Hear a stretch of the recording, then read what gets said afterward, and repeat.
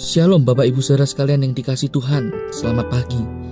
Saudara, kita sungguh mengucap syukur karena kita punya Allah yang begitu baik, Allah yang tidak pernah meninggalkan kita. Ia selalu ada di tiap musim hidup kita. Apapun yang kita alami, Tuhan selalu menopang dan menolong kita. Dan mari kita pada pagi ini bersama-sama membaca merenungkan firman Tuhan, agar firman Tuhan senantiasa menguasai hidup kita dan menolong kita untuk memiliki hidup yang berkenan di hati Tuhan. Mari bersama-sama kita berdoa di hadapan Tuhan. Tuhan, kami mengucap syukur untuk segala kebaikan-Mu di dalam kehidupan kami.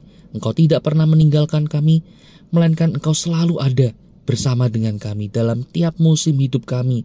Ketika kami bersuka cita ataupun ketika kami penuh dengan air mata, Engkau selalu menopang dan menolong kami. Tuhan, kami mengucap syukur untuk pimpinan-Mu dalam hidup ini. Saat ini kami hendak membaca merenungkan firman-Mu. Tuhan, pimpin kami, beri kami pengertian dan mampukan kami untuk menghidupi apa yang menjadi isi hati Tuhan, firman-Mu yang akan kami baca renungkan ini. Kami berdoa di dalam nama Tuhan Yesus. Amin. Sudah, pada pagi ini kita akan melanjutkan pembacaan kita dari kitab Daniel. Kini kita tiba pada pasal yang keempat. Yang menjadi perhatian kita adalah mulai dari ayat yang ke-19 sampai dengan ayat yang ke-27. Namun saya hanya akan membacakan ayat 24 sampai dengan ayat 27. Demikian firman Tuhan. Inilah maknanya ya Raja, dan inilah putusan yang maha tinggi mengenai Tuanku Raja. Tuanku akan dihalau dari antara manusia, dan tempat tinggal Tuanku akan ada di antara binatang-binatang di padang. Kepada Tuanku akan diberikan makanan rumput seperti kepada lembu, dan Tuanku akan dibasahi dengan embun dari langit. Dan demikianlah akan berlaku atas Tuanku sampai 7 masa berlalu, hingga Tuanku mengakui bahwa Yang Maha Tinggi berkuasa atas kerajaan manusia dan memberikannya kepada siapa yang dikehendakinya. Yang dikatakan tentang membiarkan tunggul pohon itu berarti kerajaan Tuanku akan kembali. Tuanku pegang segera sesudah Tuanku mengakui bahwa sorgalah yang mempunyai kekuasaan. Jadi ya Raja, biarlah nasihatku berkenan pada hati Tuanku. Lepaskanlah diri Tuanku daripada dosa dengan melakukan keadilan, dan daripada kesalahan dengan menunjukkan belas kasihan terhadap orang yang tertindas. Dengan demikian kebahagiaan Tuanku akan dilanjutkan. Sampai di sini kita membaca firman Tuhan. Nah saudara, seseorang bisa menjadi sombong atau arogan karena ia melupakan kebenaran bahwa segala sesuatu yang ia terima atau yang ia miliki adalah berkat pemberian dari Tuhan. Saudara, itulah yang terjadi dalam diri Raja Nebukadnezar yang kita baca kisahnya dalam bagian ini. Ia digambarkan, saudara, seperti pohon besar yang tumbuh menjulang sampai ke langit. Seluruh dunia melihatnya sebagai raja yang sangat berkuasa. Ia ditakuti, ia dikenal oleh seluruh bangsa. Namun sayangnya, saudara, Nebukadnezar merasa bahwa segala pencapaiannya itu, segala kebesaran, segala kemuliaan kerajaannya, saudara, itu dibangun dengan kekuatan atau kuasanya sendiri. Maka saudara, tidak heran pada akhirnya Nebukadnezar jatuh pada kesombongan. Nah, dalam bagian ini kita melihat Raja Nebukadnezar yang telah diingatkan oleh Tuhan melalui mimpi dan penglihatan. Saudara, Nebukadnezar menerima ganjarannya. Nah saudara, tujuan dari mimpi dan penglihatan itu terungkap seperti yang dikatakan Daniel pada ayat yang ke-27, yaitu agar supaya Raja Nebukadnezar itu melepaskan dirinya dari dosa-dosa, dari kesombongannya, dari kesalahan-kesalahannya, dengan berbalik untuk melakukan keadilan dan belas kasihan. Nah sudah, kita lihat apa yang dialami oleh Nebukadnezar. Karena keangkuhannya, Tuhan menghalau dia dan menjadikan dia sama seperti binatang.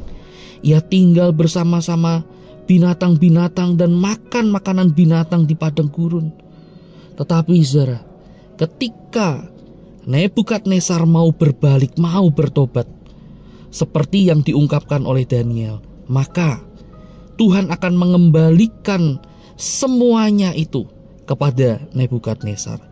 Keadaan Raja Nebukadnezar akan kembali dipulihkan, bahkan dikatakan lebih mulia dari sebelumnya. Hanya ketika Raja Nebukadnezar mau bertobat dan mau mengakui bahwa Allah yang Maha Tinggi itu adalah pemilik segala sesuatu.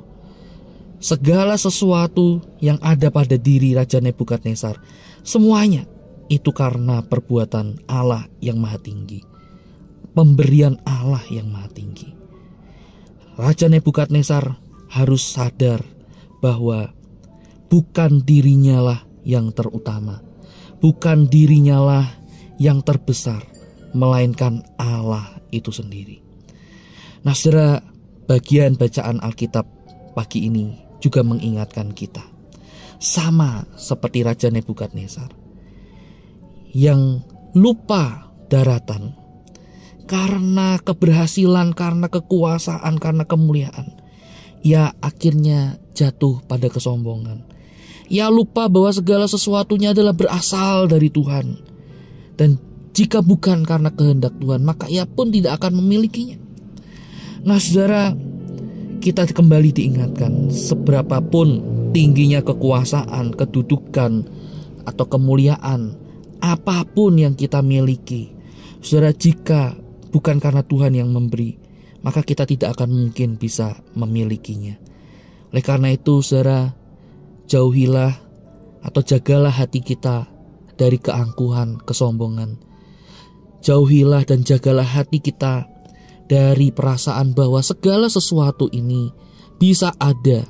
Apa yang kita miliki itu karena kuat kuasa atau hikmat kita. Saudara, jauhilah keangkuhan, jauhilah kesombongan seperti itu. Mari sebaliknya kita melihat bahwa segala sesuatu itu, apa yang kita miliki, itu datangnya dari Tuhan. Tuhan yang memberi, Tuhan yang mengizinkan kita memilikinya.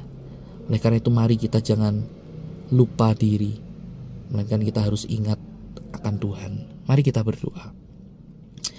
Tuhan, kami bersyukur untuk firman-Mu yang boleh mengingatkan kami bagaimana Tuhan, Engkau sungguh tidak menyenangi, Engkau membenci keangkuhan yang ada pada diri manusia.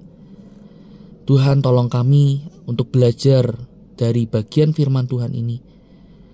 Mampukan kami untuk menjauhi sikap hati yang angkuh, yang sombong, yang merasa bahwa segala sesuatu yang kami miliki bisa ada itu karena usaha, kekuatan, hikmat, kepintaran kami. Tuhan, ajar kami untuk melihat bahwa segala sesuatu semua datangnya dari Tuhan, berasal dari Tuhan. Engkaulah yang menjadi pemiliknya, bukan kami ya Tuhan. Tuhan, tolong kami, jaga hati kami, dan kami berdoa di dalam nama Tuhan Yesus. Amin. Selamat pagi, Tuhan Yesus memberkati kita.